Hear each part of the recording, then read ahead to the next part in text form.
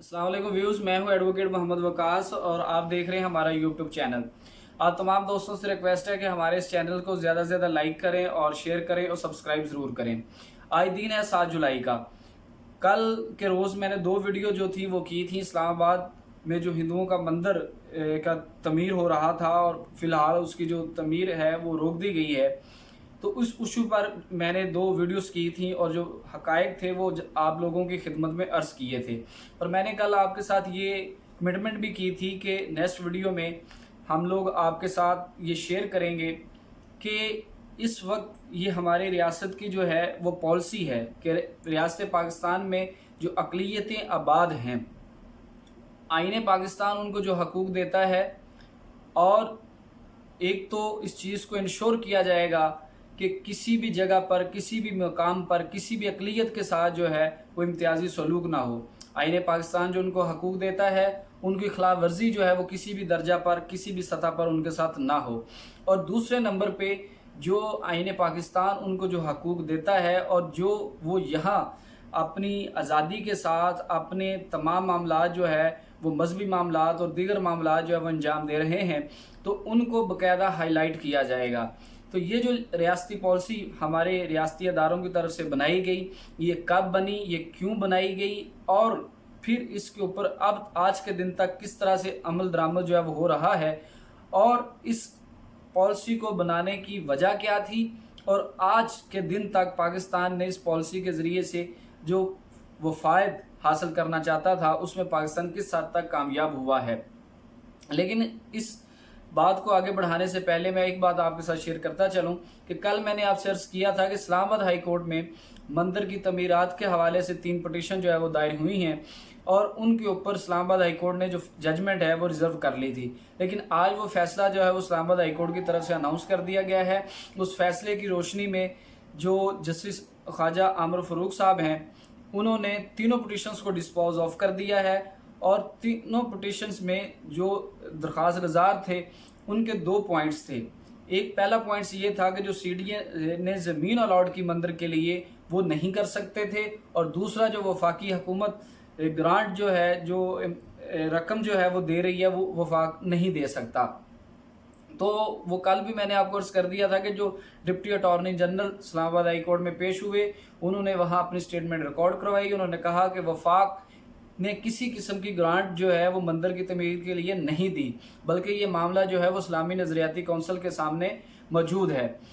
तो Islamabad high court ने जो है वो तीनों पटिशन्स को डिस्पोज ऑफ करते हुए कहा कि जो सीडीए ने मंदिर के लिए हिंदू कम्युनिटी को जो ज़मीन अलॉट की है वो कानून के मुताबिक है। आईन पाकिस्तान जो है वो रियासत पाकिस्तान की को ये ज़िम्मेदारी देता है कि पाकिस्तान में मौजूद तमाम जो लोग हैं उनकी तलीम, उनकी सिक्योरिटी, उनकी मजहबी रसूमात की अदायगी के लिए सहूलतें पैदा करना, उनको कंपनसेट करना, ये रियासत पाकिस्तान की ज़िम्मेदारी है। तो लिहाजा सीडीए ने जो ज़मीन अलॉट की है वो बिल्कुल दुरुस्त है, वो कानून के मुताबिक है। और क्योंकि ये मामला अभी इस्लामी नज़रियाती कौंसिल के सामने पेंडिंग है, इसलिए अदालत इसमें किसी किस्म की मुदाखलत नहीं कर सकती। और इसके साथ इस्लामाबाद हाई कोर्ट ने यह भी कहा कि अगर एप्लीकांट ये समझते हैं इस्लामी नज़रियाती कौंसिल के फैसले के बाद कि उनको कोई इस पे इतराज़ है तो वो दोबारा फिर अदालत से रजू कर सकते हैं।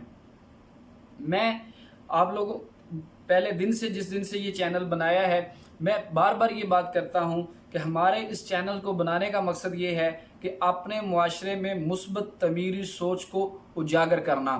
क्योंकि इस वक्त हमारे मुआशरे में जिस तरफ भी हम देख लें, हर तरफ जो मनफी रुझानात हैं उनको जो है वो परवान चढ़ाया जा रहा है, जिसकी वजह से हमारे मुआशरे में जो तमीरी सोच है उसका फुकदान पाया जा रहा है।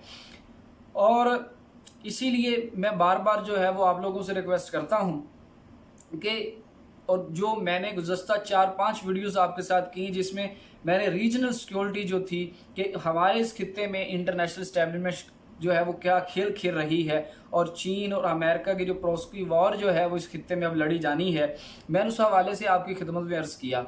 मैंने उसी वीडियो में, उन्हीं वीडियोस में मैंने आपकी तवज्जो इस तरफ दिलाई थी कि आने वाले दिनों में हमारे मुल्क पर एक प्रोपोगेंडा वार जो है वो लॉन्च की जाएगी। और उस प्रोपोगेंडा वार का मकसद ये है कि रियासत के अंदर अफरा तफरी और इंतशार पैदा करना, और इस इंतशार के ज़रिए से रियासती अदारों के दरमियान जो है वो गलत फहमियाँ पैदा करना। अब इससे होता क्या है? ऐसा नहीं होता कि रियासत जो पॉलिसी बनाती हैं वो रातों रात ख़त्म हो जाती है। पॉलिसीज़ अपनी जगह मौजूद रहती हैं, लेकिन जब मुआशरे में इंतशार पैदा होता है या रियासती इदारों के दरमियान गलतफहमियाँ पैदा होती हैं तो वक्ती तौर पे उस पॉलिसी पे जो अमल है वो रुक जाता है या सुस्त रवि का शिकार हो जाता है। और यही जो आपके दुश्मन होते हैं, जो दुश्मन ममालिक होते हैं, प्रोपोगेंडा वार का मकसद भी यही होता है कि सिर्फ़ और सिर्फ जो वक्ती तौर पे रियासती पॉलिसी है उसको रफ्तार को सुस्त किया जाए। और आप देखें कि ये मामला जो था वो पाकिस्तान का था, मंदिर इस्लामाबाद में बन रहा था, पाकिस्तान में बन रहा था। पाकिस्तान की हुकूमत जो है 2016 में उसके लिए ज़मीन अलॉट कर रही है। अब जो फ़ंड जारी करने हैं वो पाकिस्तानी हुकूमत ने करने थे। जो इस्लामी नज़रियाती कौंसिल में मामला गया कि अब हुकूमत को जारी करने चाहिए, नहीं करने चाहिए, अगर जारी किए जाएँ तो उसकी क्या सूरत हो सकती है। लेकिन जिस तरह से इंडियन मीडिया ने इस मामले को टेकअप किया, ये हमारे लिए जो है वो सोचने की बात है कि इंडियन मीडिया इस मामले को क्यों टेकअप किया, क्यों उसने इंतशाल दिलाया इस मामले को जो है वो टेकअप करके, क्यों इंडियन मीडिया इस मामले को इस तरह से पोर्ट्रेट कर रहा है कि जैसे ये इंडिया की सफारती सतह पर कोई जो है वो फतह है। तो हमें इस बात को समझना चाहिए कि ये एक प्रोपोगेंडा वार है जो हमारे ऊपर मुसल्लत की जा रही है, और यही 5th जनरेशन वॉर है। और हम अब वो दौर नहीं है कि जब जो इंडिया है वो उसमें इतनी सख्त नहीं है कि वो पाकिस्तान पे हमला कर दे जिस तरह 65 में किया, या वो चीन के ऊपर हमला कर दे, चीन के साथ जंग लड़े जिस तरह उसने 1962 में लड़ी। अब वो ये जंग नहीं लड़ सकता, इसलिए अब प्रोपोगेंडा वार जो है वो लड़ सकता है हमारे खिलाफ। वो महमूद पैमाने पे जंग हमारे साथ लड़ सकता है जिस तरह लाइन और कंट्रोल पे जो है वो हमारे साथ कर रहा है।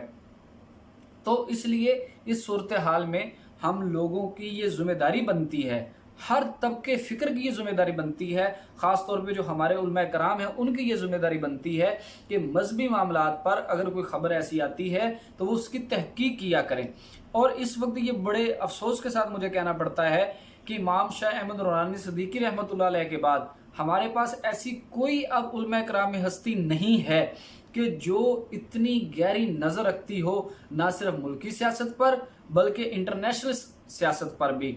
जिस तरह डॉक्टर इसरार अहमद साहब थे, उनके बाद 2010 या 11 में डॉक्टर इसरार साहब की डेथ हुई, तो उनके बाद ये फुकदान है हमारे यहाँ जो हमारी मजहबी लीडरशिप है उसमें कि ऐसा कोई जो है वो आलम अब हमारे यहाँ नज़र नहीं आता कि जो बैक वक्त ना सिर्फ मुल्की सियासत पर, रीजनल जो पॉलिटिक्स है, रीजनल सिक्योरिटी सूरत हाल उस पर, और फिर उसके बाद इंटरनेशनल जो पॉलिटिक्स है उस पर जो है वो नज़र रखते हों। और इंटरनेशनली, और ना सिर्फ वो आईने पाकिस्तान से और मुल्की कवानीन से वो क्या कहते हैं अमांग थे, उनका इल्म रखते थे, शौर रखते थे, बल्कि वो दीगर ममालिक के जो कवानीन थे, इंटरनेशनल जो लॉज थे, जो यूएनओ के प्लेटफॉर्म से हैं, जो यूएनओ चार्टर्स, यूएनओ रेजोल्यूशंस, मुख्तलिफ किस्म की कन्वेंशंस, उनको भी जानते थे।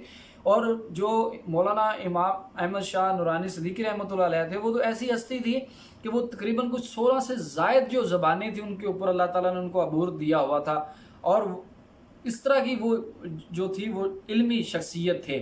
तो इस वक्त कोई ऐसी उलमा कराम में भी हमारे पास शख्सियत नहीं है। तो इसलिए मैं तमाम दोस्तों से अर्ज़ करूँगा कि जैसे जब भी कोई मामला है, ख़ास तौर पे ऐसा मामला कि जो मज़हब से जुड़ा हो, तो उसके ऊपर बराए मेहरबानी पहले तहकीक किया करें, उसके बाद जो है उस खबर को आगे फैलाएं या उसके ऊपर जो है वो अपनी राय का इजहार करें। इस वीडियो में जो है वो बात जो है वो हमारी काफ़ी लंबी हो गई, और जो असल बात थी वो रह गई। वो मैं अगली वीडियो में कोशिश करूंगा कि मुख्तसरन जो है वो आपके साथ उसको शेयर करूं। तब तक के लिए जो हमें इजाज़त दीजिए। अल्लाह हम सब का हामी नासुर। अस्सलाम वालेकुम।